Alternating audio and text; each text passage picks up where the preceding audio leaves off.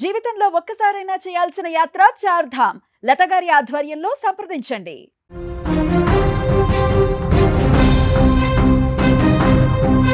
IPL 2026 సీజన్లో ఒక్కో జట్టు పరిస్థితి ఒక్కోలా ఉంది.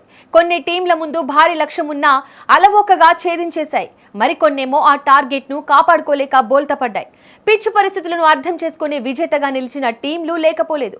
ఇదిలా ఉంటే ఎన్నో అంచనాలతో దిగిన సిఎస్కే ఇంకా బోని కొట్టకపోవడం అభిమానులను నిరాశకు గురిచేసింది.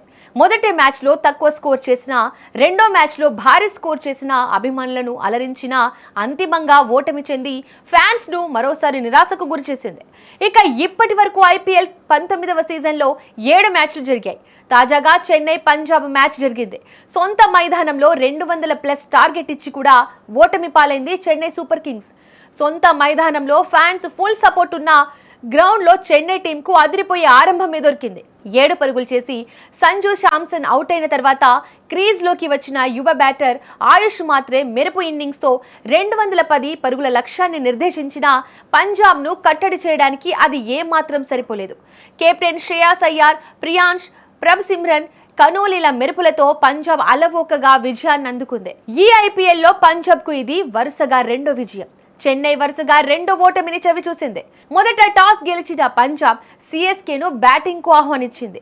అయితే మొదటి మ్యాచ్లో విఫలమైన T20 world cup hero Sanju Samson మరోసారి నిరాశపరిచాడు. వ్యక్తిగతంగా 7 పరుగుల వద్ద కీపర్కు క్యాచ్ ఇచ్చి వెనుదిరిగాడు. అయితే ఆ తర్వాత బ్యాటింగ్కు వచ్చిన ఆయుష్ అదరగొట్టాడు. సిఎస్కే ఇన్నింగ్స్లో ఆయుష్ మాత్రే ఆటే హైలైట్. తన ప్రతిభపై జట్టుకున్న నమ్మకాన్ని నిలబెడుతూ అతడు సత్తా చాటుకున్నాడు. మెరుపు ఇన్నింగ్స్తో జట్టు మెరుగైన స్కోరు చేయడంలో కీలక పాత్ర పోషించాడు. సర్ఫరాజ్ ఖాన్ కూడా కీలక ఇన్నింగ్స్ ఆడాడు.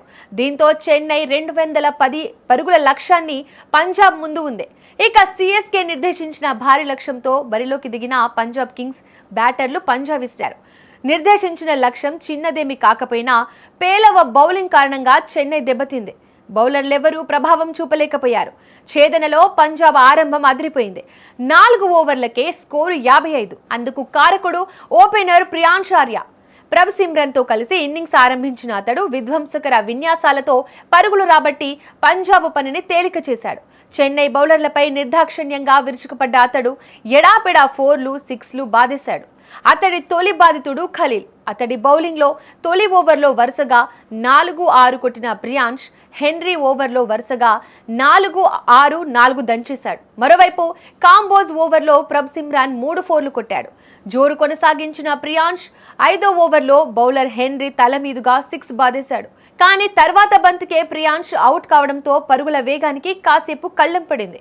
అయితే ఆ తర్వాత వచ్చిన కనోలీ ప్రభ్ సిమ్రన్ కు తోడయ్యాడు.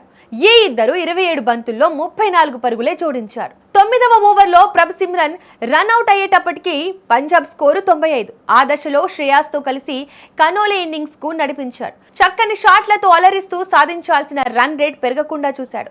కానీ 12వ ఓవర్లో అతన్ని కాంబోజ్ అవుట్ చేశాడు. అయినా పంజాబ్ పై చెన్నై ఏమాత్రం ఒత్తిడి చేయలేకపోయింది.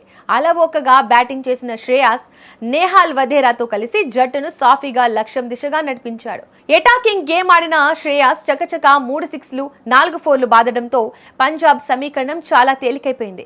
ఆఖరి 19 బంతుల్లో 24 పరుగులు చేయాల్సిన పరిస్థితి. ఆ స్థితిలో వరుస బంతుల్లో శ్రేయాస్ వధేరా అవుట్ కావడం చెన్నైకి కాస్త ఉత్సాహాన్నిచ్చిన శశాంక్ సింగ్, స్టైనిస్ ఎలాంటి నాటకీయతకు అవకాశం ఇవ్వకుండా పని పూర్తి చేశారు. దీంతో ఈ ఐపీఎల్లో పంజాబ్ వరుసగా రెండో విజయం నమోదు చేసుకోగా చెన్నై రెండో ఓటమి రుచి చూసింది.